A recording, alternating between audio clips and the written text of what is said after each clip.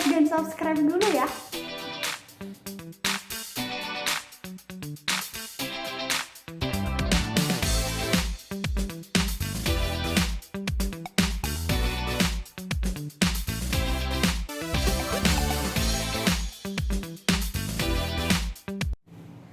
Assalamualaikum warahmatullahi wabarakatuh.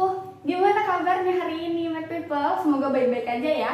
Dan aku harap kalian juga sekarang sedang dalam keadaan Math Mood. Jadi salam Math Mood dulu. Hari ini kita bahas matematika lagi. Kita mau bahas apa nih, Kak? Kita akan bahas persamaan dan juga fungsi kuadrat. Tapi sebelum kita mulai, jangan lupa klik like dan juga subscribe-nya dulu di bawah, Math People. Subscribe ya, aku tungguin.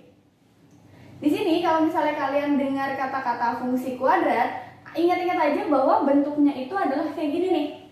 Fx sama dengan ax kuadrat plus bx plus c. Lihat, di sini ada kuadratnya. Inilah yang dimaksud dengan persamaan fungsi kuadrat, my people. Paham ya? Terus Kak, ciri-cirinya apa? Jadi ciri-cirinya kalau misalnya kita gambarkan dia, nanti dia itu akan berbentuk parabola, my people. Pernah lihat nggak yang kayak gini nih? Parabola. Jadi, kalau misalnya kalian itu sudah tahu bentuknya kayak gini, pasti kalau kalian bentuk ke dalam persamaan akan ada kuadratnya.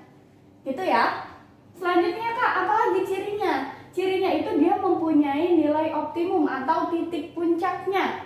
Ya, titik optimum. Kalau misalnya dia berupa lembah kayak gini, berarti titik optimumnya di sini. Tapi kalau misalnya dia bentuknya gunung, nanti dia akan punya titik optimumnya ada di atas. Paham ya, people ya? Nah, kita hari ini mau bahas detail apa aja nih Kak terkait persamaan dan kita mau bahas beberapa detail lengkap terkait si persamaan dan juga fungsi kuadrat. Apa aja tuh Kak?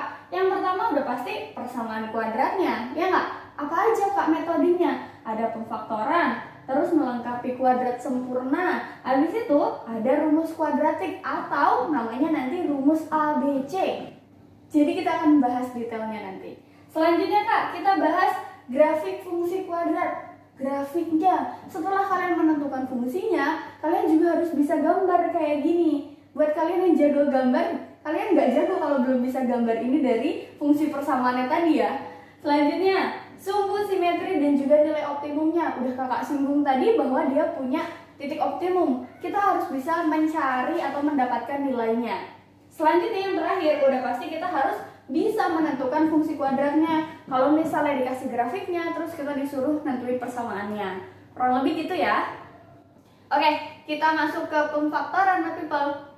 Kalau misalnya kalian dengar kata-kata faktor, kalian biasanya kayak ingetnya tuh pas SD, angka 15 tuh faktornya berapa aja, terus angka 12 juga faktornya berapa aja, kayak gitu-gitu kan. Tapi sekarang kalian juga diminta untuk memfaktorkan, cuman bentuknya adalah persamaan dari kuadrat yang tadi atau fungsi kuadrat yang tadi. Di sini ibaratnya tuh kalian merubah persamaan kalian yang x kuadrat plus bx plus c ini menjadi x plus p dikali dengan x plus q. Nah, dua ini nanti akan menghasilkan faktor dari persamaan kuadrat yang kita punya. Gimana Kak caranya? Jadi, kita akan dapetin ini. Lihat, kalian lihat koefisien dari si B.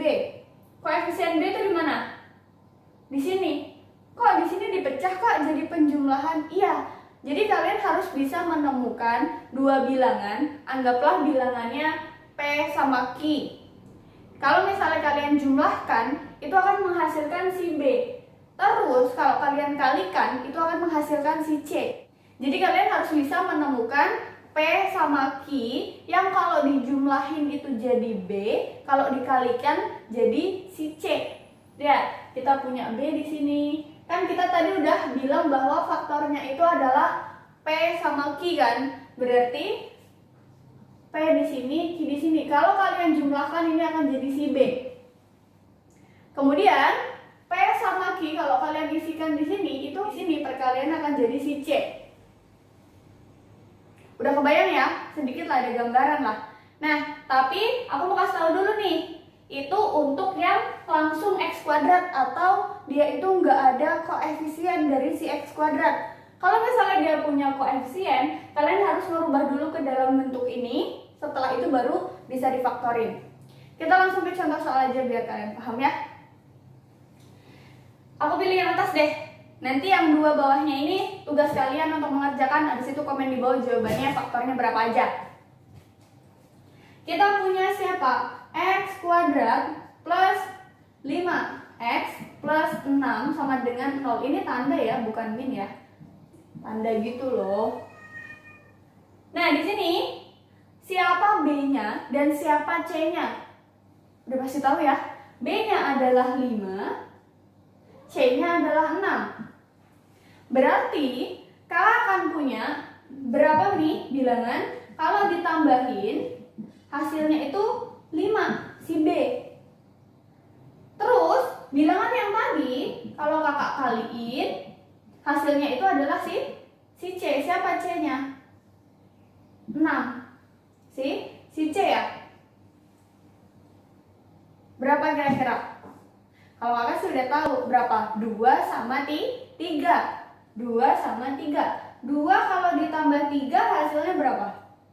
5. Tapi kalau dikalikan 2 kali 3 hasilnya 6. Sekarang udah mulai kebayang ya siapa P-nya dan Q-nya. Berarti dari soal ini akan kita dapatkan pemecahan atau faktornya itu jadi X plus 2 dan X plus 3 dikalikan. Oke, kita buat dia jadi sama dengan 0 kan? Sama dengan 0.